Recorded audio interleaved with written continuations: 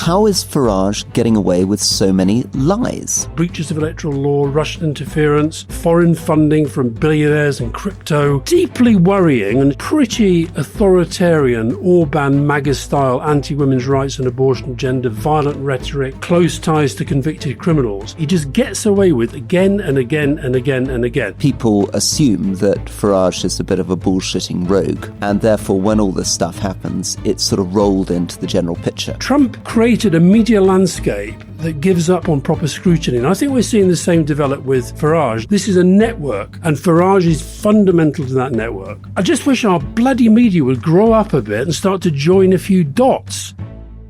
Welcome to the Rest is Politics Question Time with me, Rory Stewart. And me, Alastair Campbell. And Rory, we're going to talk about Nigel Farage and reform. We're going to talk about elections in Thailand, as we promised last week, but also in Bangladesh. Fascinating election just taking place in Bangladesh. We're going to talk a little bit about Munich, and then I know you want to, having been sort of pretty vile about Keir Starmer on his Munich speech, you want to be nice about him in relation to something else. So we've got lots to get through, but where do you want to start? I'm going to start with a question from Alison Cohen. How is Farage getting away with so many lies? Well, it's not just lies. I think Farage gets away with murder. And I think the rise of Reform UK, or what Chris Mason of the BBC likes to call the rise of Reform UK, has actually happened despite and in part because most of the media largely play down, not just the lies, but the controversies and the scandals. We're talking about breaches of electoral law, Russian interference,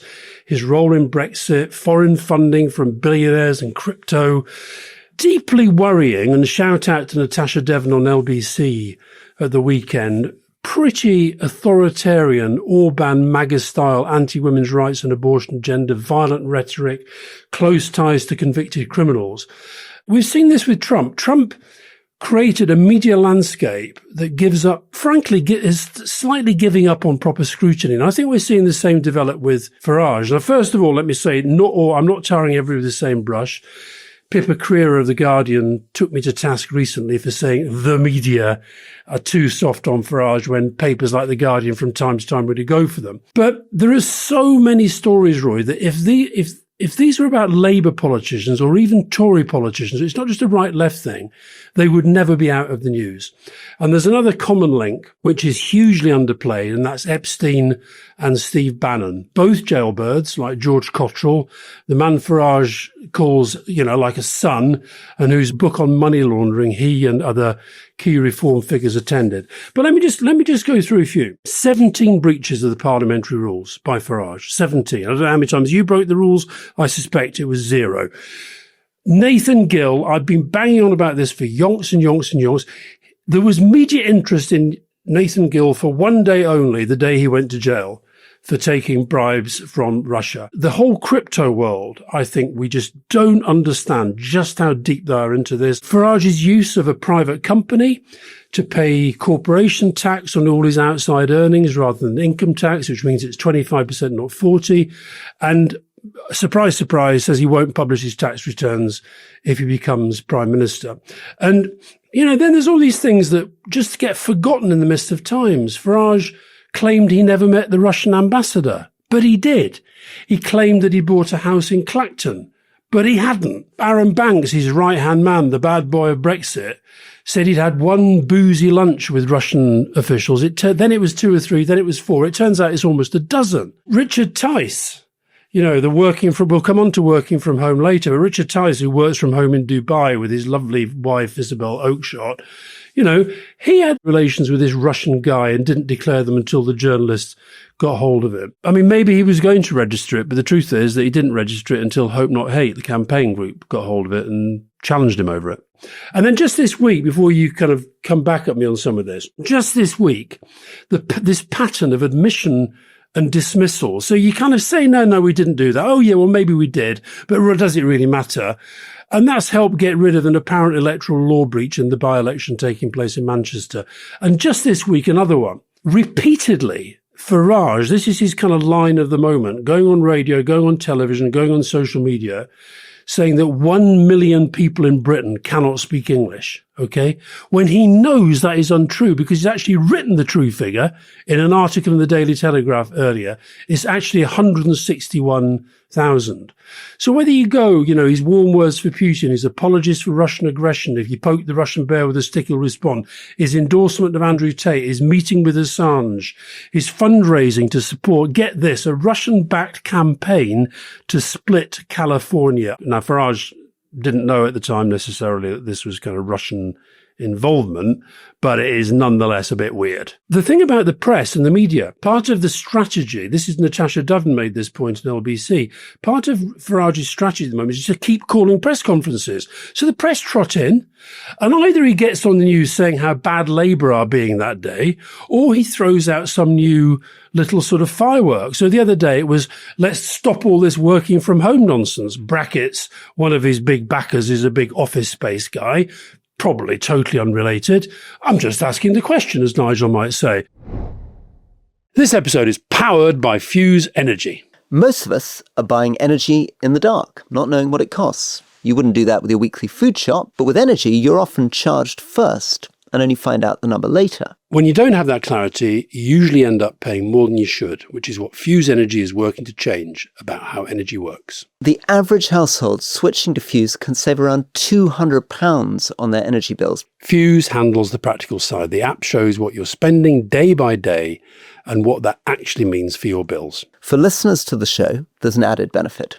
Use the code POLITICS when you switch and you'll receive a free Trip Plus subscription. Switch to Fuse Energy and save around £200 on your energy bills. Use the code POLITICS for a free Trip Plus subscription. FuseEnergy.com/politics. But here's the thing about working from home. His home, work-wise, is Clacton. He's never there. His wife worked from home when he was an MEP. It's the hypocrisy that he just gets away with again and again and again and again. And if you think about when I was a journalist, the local government, let's take local government. We've now got these reform councils, lots of defections, lots of cronyism, lots of stuff, lots of absolute incompetent people doing incompetent things. It's barely figures on the national news. When Labour do you remember the loony left? I remember the loony left. You remember the loony Derek left? Hatton. Wasn't it? But it was like, all the CND stuff and all the kind of, So the loony left became a national media story. Why is reform in local government not getting any national coverage, given we have the rise and rise of reform, and they're basically saying this guy's nailed on as Prime Minister?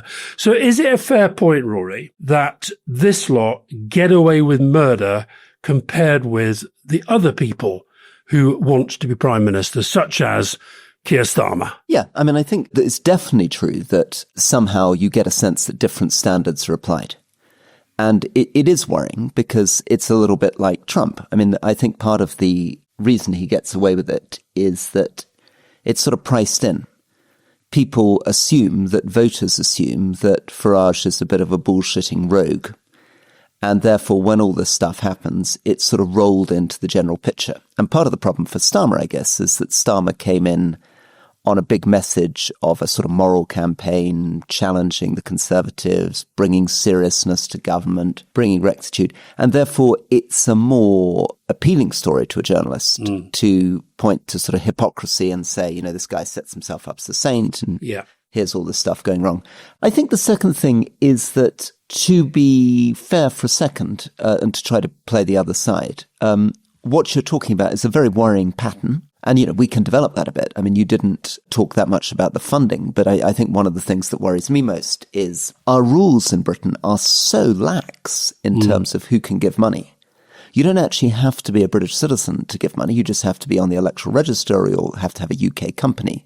So that theoretically, Elon Musk could people have been exploring this. How could he possibly put £67 million into a campaign through some UK company? Well, he's now backing Rupert Lowe, apparently. Farage is not quite... He'll end up backing Tommy Robinson, I suspect. And Tommy Robinson, of course, is backing Matt Goodwin in the Manchester by-election. So, but the funding, you're right about the funding. Thank goodness, still, we are not in a situation of Farage actually breaking the law.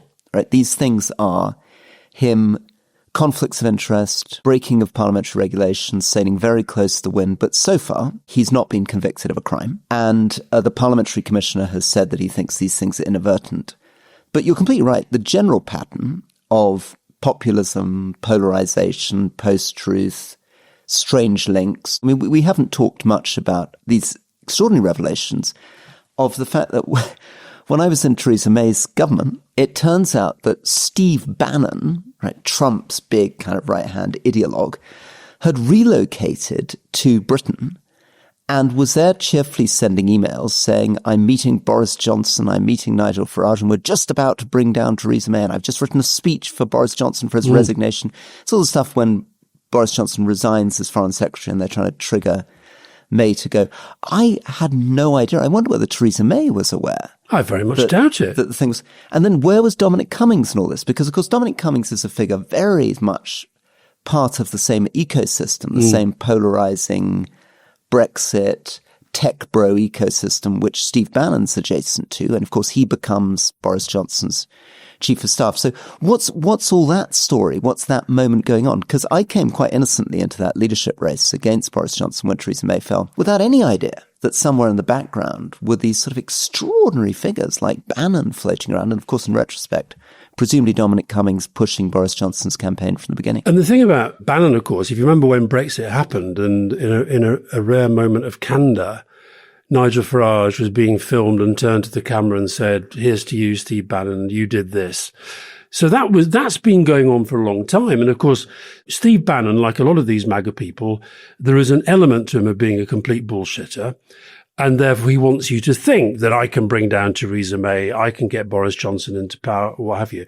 But the truth is, Steve Bannon is fundamental, central to this international network of Orban. You know, we were in Munich the other day, Rubio makes his speech, all the European diplomats go, wasn't that wonderful? He didn't tell us we were terrible. What's the first thing he does? He gets on a plane, he goes to Slovakia and then Hungary to see Orban, to say Trump wants Orban to win the Hungary election.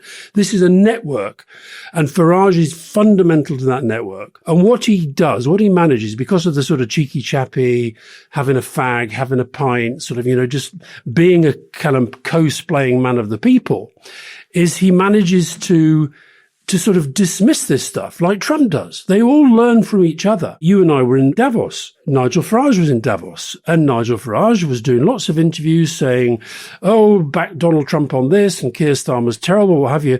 None of them, so far as I know, have actually done it. None of the broadcasters who happily had him on air have actually asked the questions and found the answers. Well, who paid for you to be there? I think if you looked at his past carefully, he wasn't there under his own name. He was actually there as a sort of plus one, as a sort of assistant to a British-Iranian businessman. Yeah. And then you have all this stuff about he's got these links to the crypto world. And then, again, back into Epstein. Peter Thiel, celebrating Brexit. This is just the beginning. Epstein and Bannon boasting about having all these European parties that are going to do well in the European elections. We can stop any of the regulation for crypto.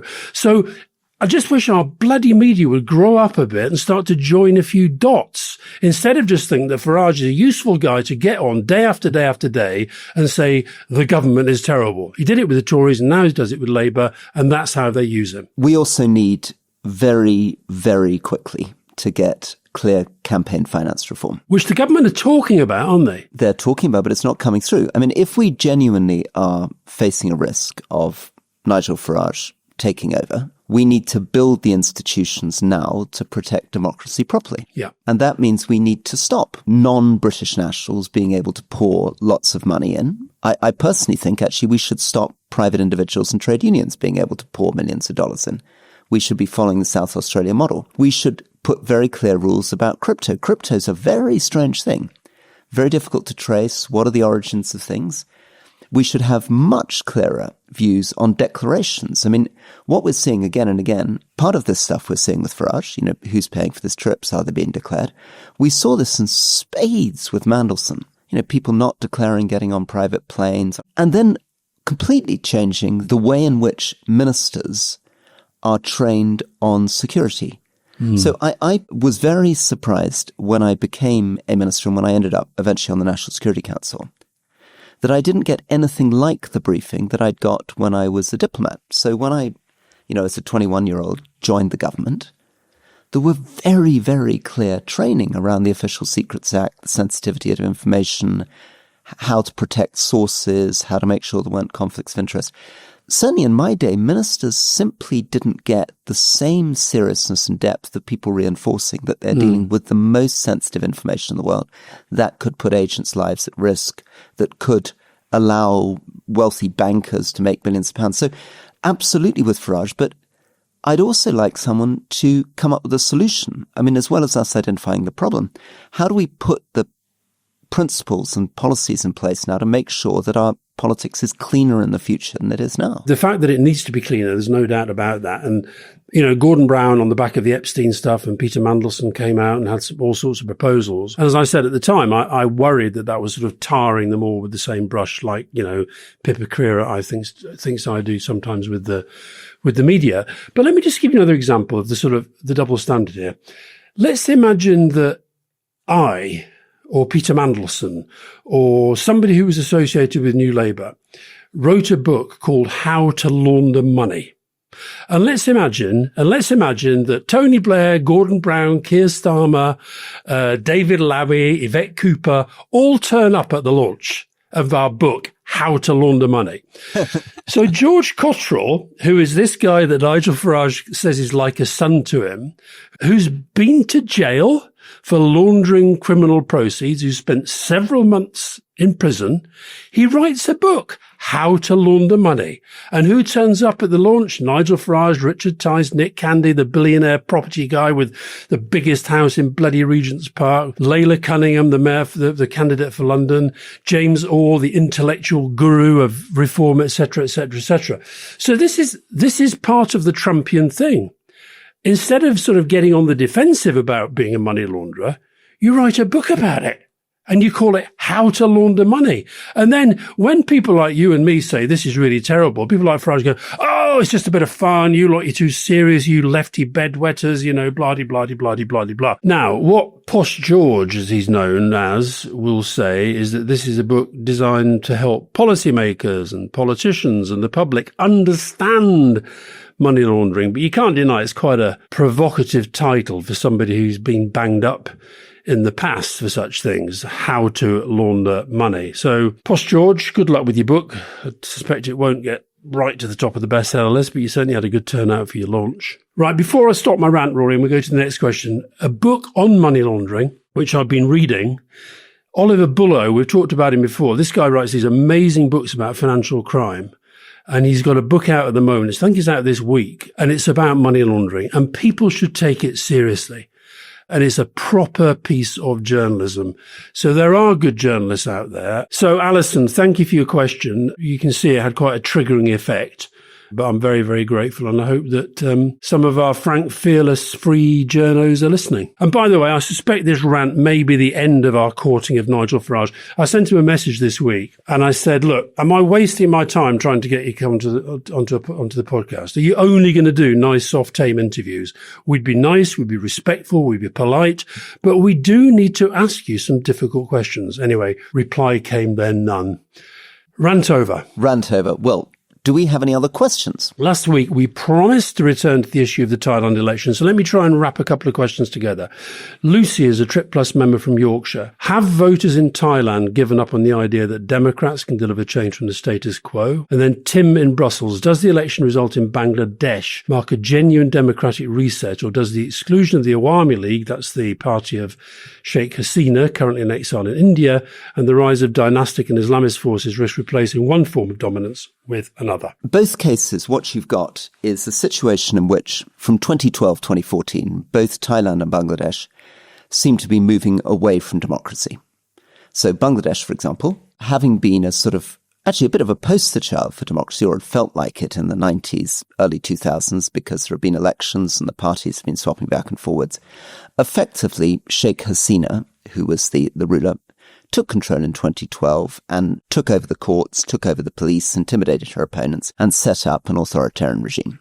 And in Thailand, in 2014, there was a military coup, and basically the military and people around the royal family, the king's very strong in Thailand, ran a pretty authoritarian state. And then suddenly, rather oddly, given the general story that we see in our worlds, there was a bit of hope.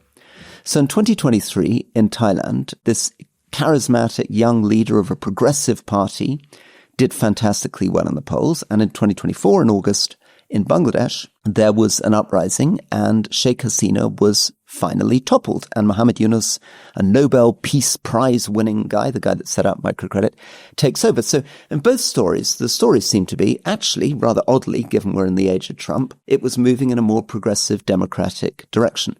And now the elections have happened and they are sadly a crushing disappointment, because in Thailand what's happened is the progressives have been beaten and there's been an incredible turnaround in the fortunes of this more conservative pro-military party that's gone from number 3 in parliament, they had about 70 seats, to firing themselves up to top place at about 190. Meanwhile, in Bangladesh, yes, Sheikh Hasina's gone, but politics have just lurched back to the other great big machine party of Bangladeshi politics, the BNP. And of course, the person who's now won with the BNP is Tariq Rahman, who is the son of the former president and military ruler, General Zia Rahman, who was assassinated in 1981, as opposed to Sheikh Hasina, who was the daughter of the leader killed in an assassination in the 1970s, has now taken over again. Hold on, Rory. He's not just the son of a former president, he's also the son on the maternal side of a former prime minister,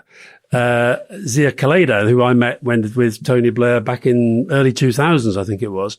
No, you're right. And of course, on the one hand, Sheikh Hasina gone. They now have a warrant. They're in these discussions with India about whether they can get her back because they want to put her to death, frankly.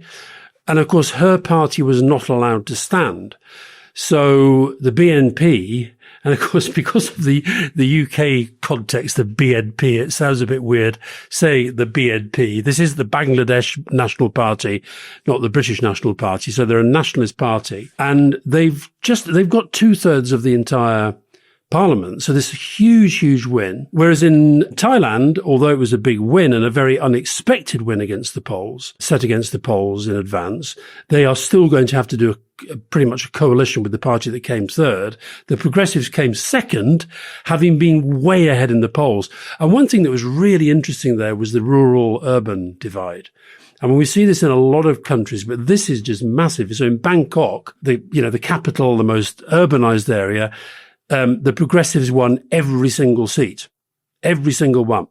And yet get out a little bit and they see that and of course it's a mixed system, it's a hybrid system, part first past the post, part proportional. But it was a very, very big shock. And what it means is that the traditional powers of monarchy, military, and the appeal to national unity, particularly at a time when they've been having this conflict with Cambodia, it seems to have won the day. However, a lot of allegations of vote rigging, vote buying, and, cameras turning off during the voting. And so, it's left a bit of a nasty taste, but, it's a big win. It's also part of a really interesting bigger story about what's happening in South Asia, Southeast Asia with democracies and economies. The normal story that we would have wanted to tell ourselves after the fall of the Berlin Wall is that the whole world was becoming more and more democratic and more liberal in terms of its economics. And I guess because we're Europeans, we often have the model in our head of what happened in Eastern Europe, Lithuania, Romania, and these countries on this amazing journey. The story in Southeast Asia and South Asia has been more complicated. There's been incredible economic performance for many of these countries, particularly in the 90s, early 2000s, where Bangladesh, famously the basket case for international development, shot on its path to become a middle-income country.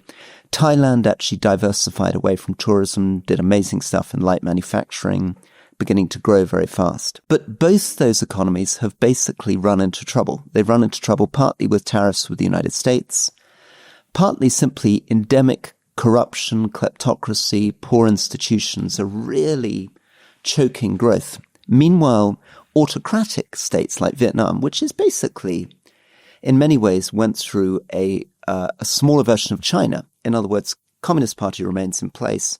Big modernization drive from 1986 shot ahead. And its economy continuing to grow, probably 5-6% this year.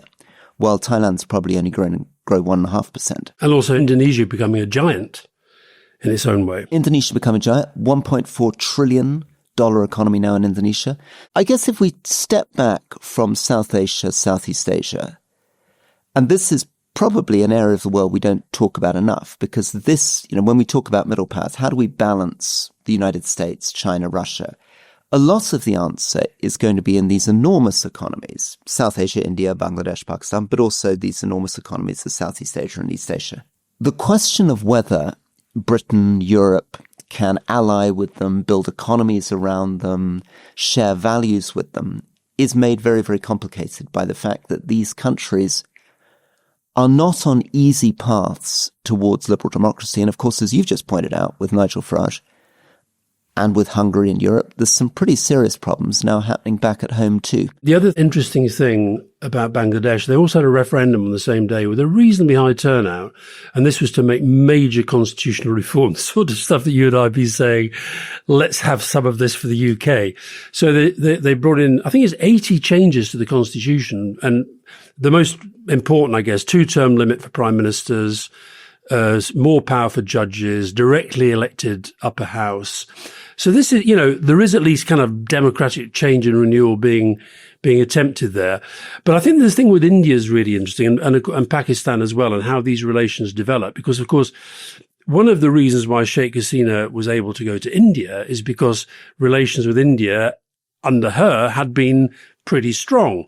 Since her departure, they've been very substantially weakened and become very, very hostile. The relations are so bad that in the T20 World Cup currently going on, Bangladesh refused to play unless their games were moved out of India. So that is why Scotland are out of the World Cup, because Bangladesh pulled out. So they've got this real tensions between them. And of course, now you have Modi. He gave a message of congratulation to Tariq Rahman, the new guy, who actually I've met in London, I think, in the past, because he's lived in London in exile for the last 17 years or so. So these tensions are still there, and Modi is going to have to be pretty careful about how he handles that. And likewise, relations with Pakistan and Bangladesh, tensions there as well. So we should come back to this once the new guy has settled in. As you say, to some extent, it's a story of two great dynastic powers that have sort of, moved in and out of jail and in and out of power and what have you. But we'll see whether this constitutional change ever comes. So Alexandra in Hertfordshire, who was the most impressive leader at the Munich Security Conference? And what else happened on the sidelines? And Ian, this is a question I'm fascinated by, but maybe we'll have to do this in more detail another time. Do you think J.D. Vance is being sidelined by Trump in favor of Rubio? But anyway, give us a sense, because I left the Munich Security Conference before you. What did you continue to see? Am I right that you managed to have a bit of time with Zelensky and things? Tell us a little bit about what you saw. Well, I saw lots of things. And the thing that I was most impressed as in struck, moved, was actually a panel on Arctic security, which was attended by the Prime Minister of Denmark, Mette Frederiksen, who we've interviewed before, Prime Minister of Greenland, Jens Frederik Nielsen, a Republican Senator from Alaska, Lisa Murkowski, Foreign Minister of Canada, Anita Anand, had a really nice chat with her about how much she loves Mark Carney, and also the German Foreign Minister, Boris Pistorius. And what was fascinating about it was, do you remember there was the big room where the big stuff was going on, Rubio, etc. And then you had these smaller rooms. And this one was in one of the smaller rooms, probably held about 200-300 people. And there were hundreds of people trying to get in. And I spoke to this Norwegian guy who said, you know what, normally the Arctic Security Panel, we can't fill the first row. And somebody else said we should give Trump the Charlemagne Prize for uniting Europe in the way that he's done. But what was really fascinating was to see Frederiksen and Nielsen, the Greenland Prime Minister. They do not think this is over remotely. They are still very, very concerned about what's going on. It was also, Rory, I should give a plug to our mini-series on the Arctic, because several of the people there, including Alexander Stubb, when we interviewed him, the president of Finland, had listened to the first part of the mini-series we did with Ken Rosen on the Arctic. So this has become like one of the biggest issues in the world. And it's because Trump has put it there. I thought the Greenland Prime Minister, I mean, imagine he's a young guy, he's in his 30s, population of 57,000, and he's suddenly thrust into this geopolitical nightmare. He looked very stressed. I had a chat with him afterwards, and he actually was pretty calm and very impressive. But, oh my God, you could feel the weight on top of him. You and I think, were very much of the view that the people standing up to applaud Marco Rubio's speech weren't listening very hard. They were being influenced by the flattery and the tone. Yeah. And they weren't picking up actually on the content of it. And Rubio then went on after Munich Security Conference to do other stuff. What was your reflection? Because basically there was a disagreement. We took the view that actually you should be worried by Rubio's speech. A lot of other people were going around being relieved and applauding. Over to you. Well, most notably Wolfgang Ischinger, who's the German diplomat, who's the chair of the whole event. And he did a Q&A with Rubio after Rubio's speech. And he said, I hope you could feel the sigh of relief in the hall at your message of unity and reassurance. I mean, I had another German diplomat, perhaps a little more battle-hardened and less kind of lovey-lovey with the Americans than Ischinger. She said that a friend of hers, a very close friend of hers, had over years been the victim of domestic violence. And she felt that Rubio's speech was like coercive control. You know, I really love you. I really, really love you. But all these bad things that I'm doing to you that you don't like, they really are for your own good. And that was the sort of the tone of his message was, you know, we're children of Europe. We'll never forget Europe. We love Shakespeare. We love the Beatles. We love Mozart, all that stuff. But the message, to my mind, was not a bit different to J.D. Vance a year ago. And I was appalled, frankly, that the Europeans, so many of them fell for it so much. And I think the penny dropped later. The next 24 hours, most people I spoke to thought, yeah, it wasn't that great, was it? And then, of course, to see him go off to Slovakia to see Orban's mate, then to go and see Orban himself and intervene directly in the Hungarian election, basically by saying, Trump loves you. If anything ever happens to Hungary with you in charge, America will always be there to help. It was a total direct interference in a European election. So I think you and I both got the right sense of what that speech was about. The other thing I saw after you left, Rory, I went to see Elridge Colby, who's the guy who is the kind of Undersecretary of Defense, very kind of MAGA. He was asked direct question.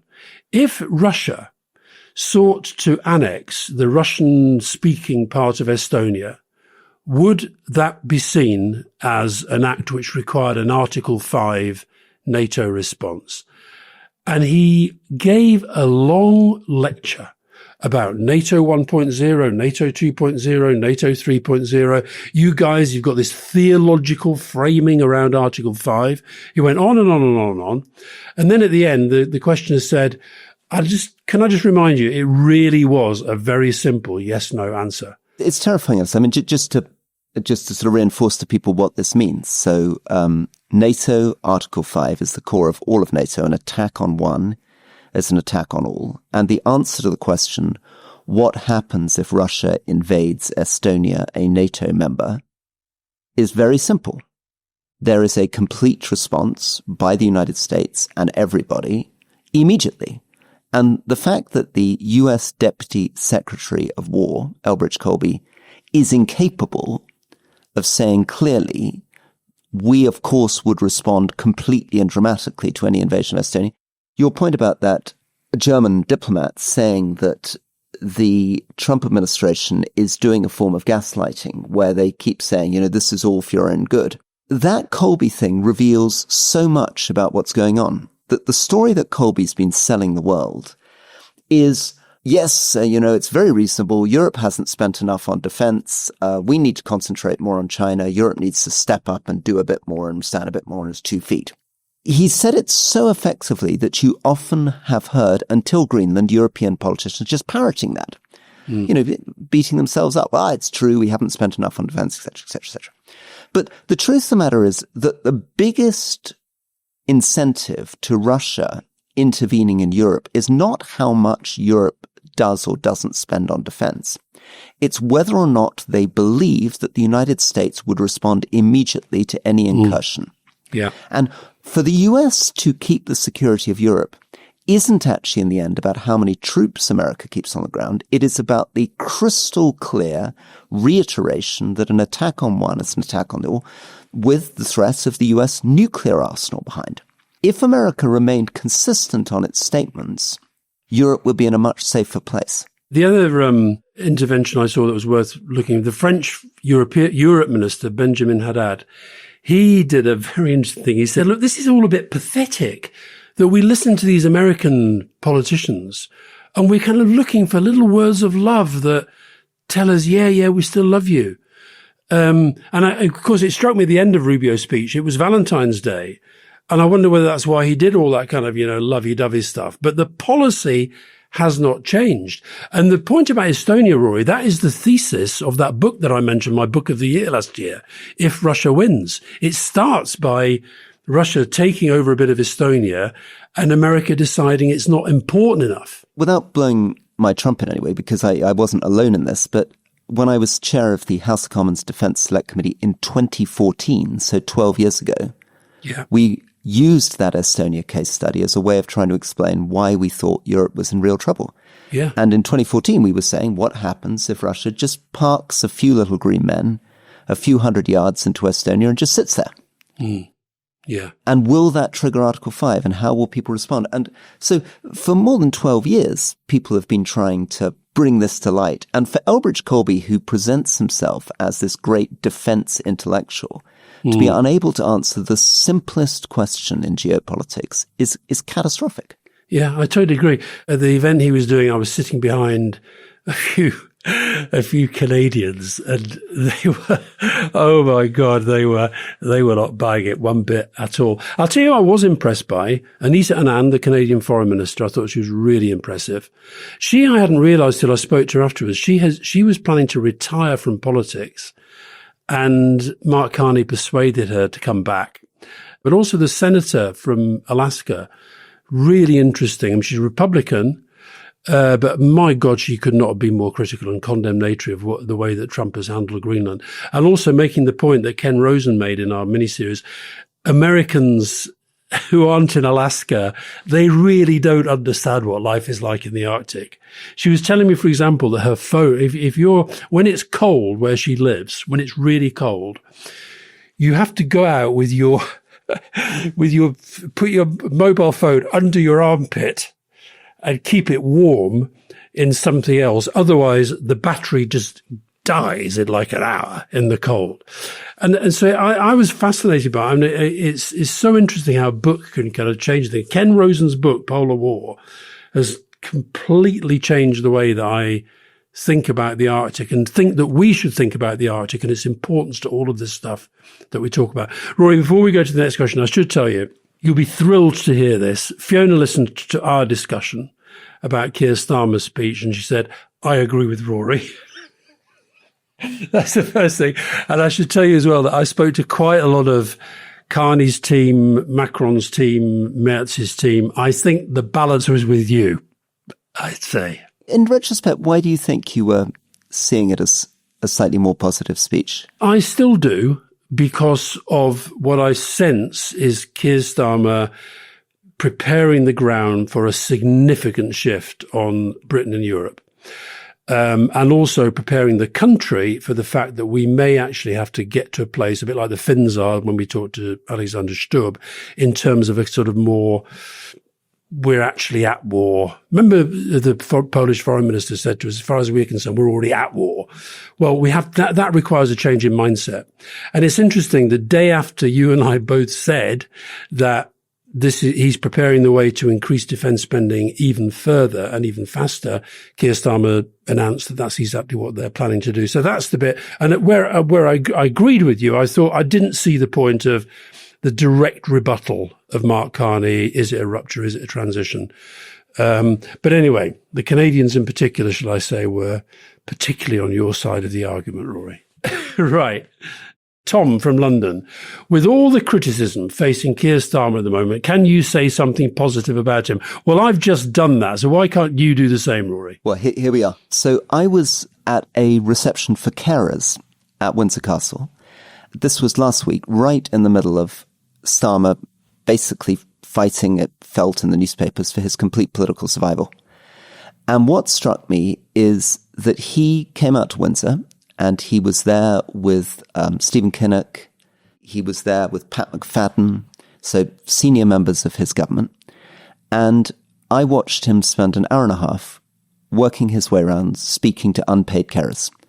The people there were people who, every one of them had a story of who they were caring for.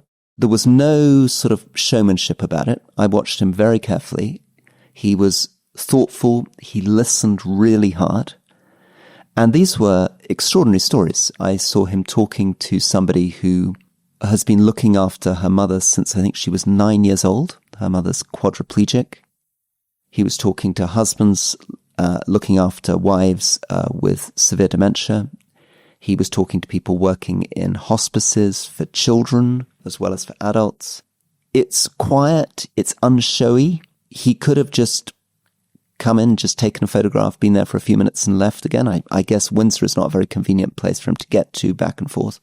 And presumably there would have been people in Number 10 saying, come on, you know, the whole world's turning against you. And he was there doing the job and doing it really well. And, you know, I should put it on record, there are 5-point-something million carers in the UK who are doing so much. It's the toughest job imaginable. It can be very lonely, often stuck at home looking after somebody who with very severe needs. And of course, by doing it, they're saving the NHS and the whole system a huge amount of money, and they get very little. Carers' allowance is very, very low for doing that. But I just thought it was a lovely indication of another side of Keir that people don't necessarily see, and another side of these politicians in general.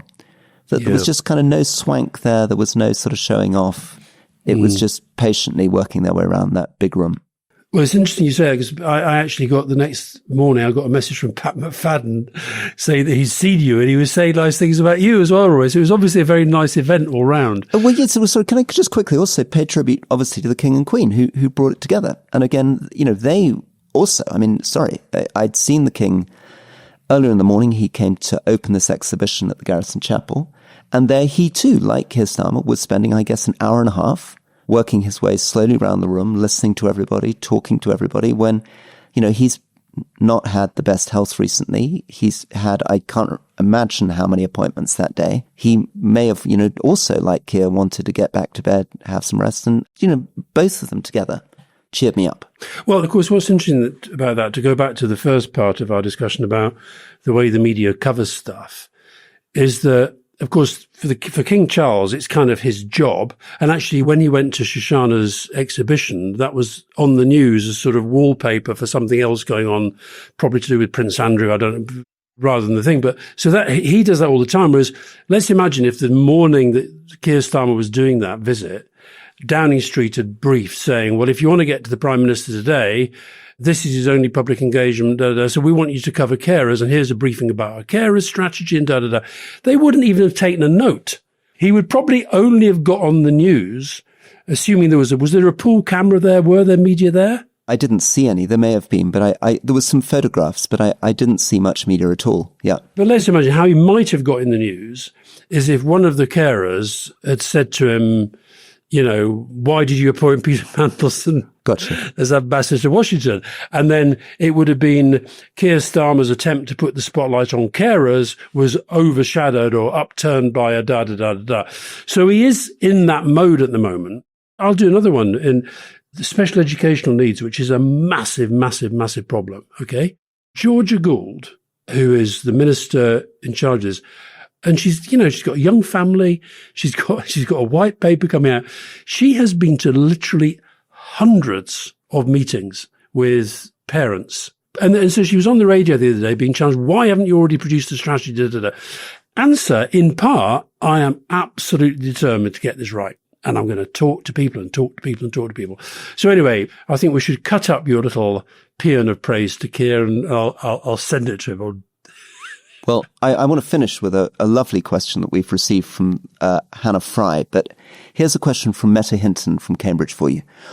What would a strong number 10 team look like? Well, a strong number 10 team will be a strong number 10 team if there is a clear, compelling narrative coming out of number 10 all the time. That's the first thing. That comes from the top. That comes from the Prime Minister being really, really clear. And then I think you would have, I guess you know, number 10 covers so much. It covers everything that's happening in government. So the structure, the first thing, the focus has to be on the word team. Are the people who are in there doing the key jobs, they don't have to be best friends. They don't have to go to each other's weddings and funerals and holidays and all that. But what they have to have is a sense of what Jonathan Powell used to call complementarity. They've got skills that match each other. You definitely need, whether you call it chief of staff or director of operations, call it what you want. You need somebody who is kind of making the trains run on time, controlling the traffic that's going into the Prime Minister. Should they see that? Should they see that? I remember Barack Obama once said that, you know, most of the decisions that are sent to him don't even reach him, because he had people that he trusted to say, this is what he would say about that. This is what he would do about that. So that control goes in there. You then need somebody who's in charge of communications and strategy. And you need, and I think that the other thing that maybe is a bit confusing in this number 10 operation, and maybe with all the change that's gone on since Morgan McSweeney left and the cabinet secretary, this can be addressed, but you're never quite sure where the policy direction's coming from. It's all felt a bit bits and pieces. And then the other thing a strong number 10 team looks like and has is really good relations with other departments. That's important as well.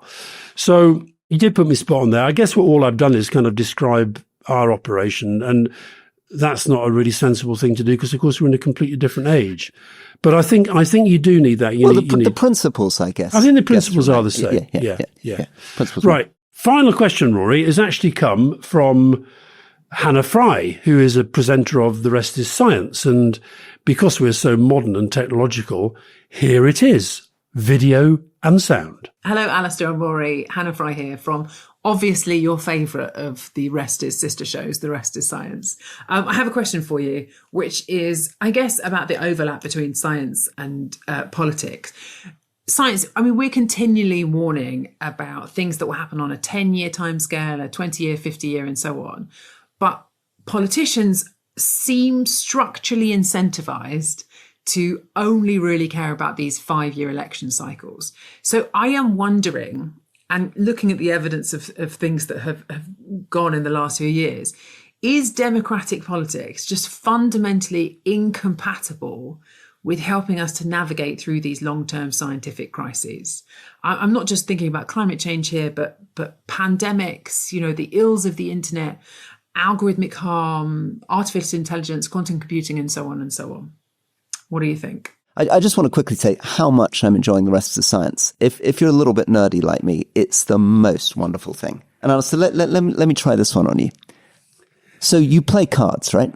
Okay. One of the things they did recently on The Rest of Science is that they looked at how many combinations you can get from 52 cards. So imagine Ace of Spades, King of Spades, Queen of Spades, and then you just move up the Three of Hearts, the top. That changes the combination of things. The number of combinations you can get from a pack of cards is 52 factorial. And they're trying to, we keep talking about how you explain big numbers. Get this, their explanation.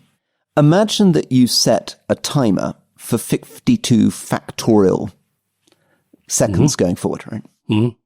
Take one step every billion years, continue to walk till you've walked all the way around the world. When you've got back to where you started, take one drop out of the Pacific Ocean and then set off walking around the world again with one step every billion years.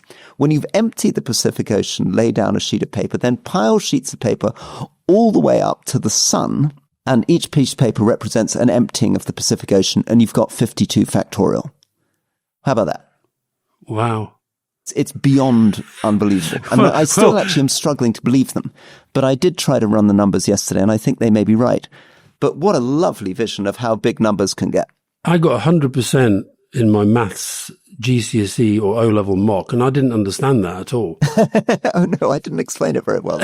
Anyway, the point is, obviously, if you're walking all the way around the world at a pace of one step every billion years and then emptying the Pacific Ocean one drop at a time, that's a lot of time. That is a lot of time. That's a lot of time. And you're not beginning to get to, and then going all the way up to the sun with sheets of paper, you're not beginning to get to 52 factorial. So anyway, anyone who enjoys nerding out, that's a lovely example of the rest of science trying to deal with a pack of cards. On the more serious issue, yeah. No, I was going to say, where Hannah's absolutely right, though. I mean, science is about discovery and about testing and about challenging assessments and conventional wisdoms, and that's how you make change.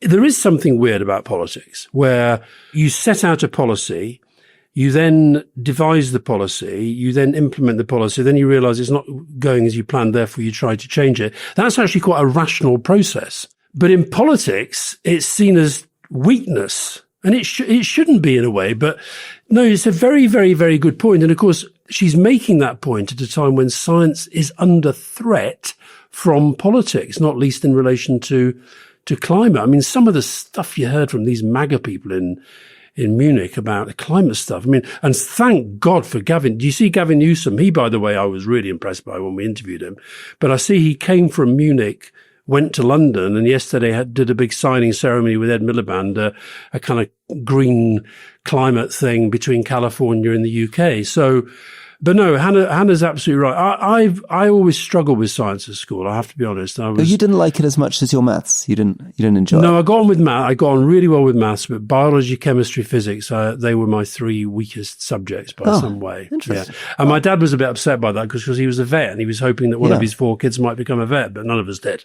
Would you have been a large animal vet or a small animal vet? Well, the only small animal I love is my own Sky. I would definitely have been a large animal vet. My dad was horses and cows were his thing. Yeah, delivered definitely. calves and things. Absolutely, 100%. Yeah. And also cured equine flu. I would have happily done that. Very good. Well, on that, Alastair, I think we'll finish that lovely vision of you delivering a calf. I have delivered a calf. I have done that. Have you? It's a hell of a thing, isn't it? It's a hell of a thing. And their legs are surprisingly unwieldy and long, getting it out of the womb. No, because I worked a lot of my youth on my Uncle Jim's farm, and of course the sort of, and sometimes it gets really complicated. You have to sort of tie ropes around their ankles. That's right, to pull them out, don't you? If it's a rear breech exit instead of coming out by the head. Yeah. So, I've done all that. Oh, well, you're a great loss to veterinary science, but thank you for joining us on the podcasting world. See you soon. Bye-bye. Bye.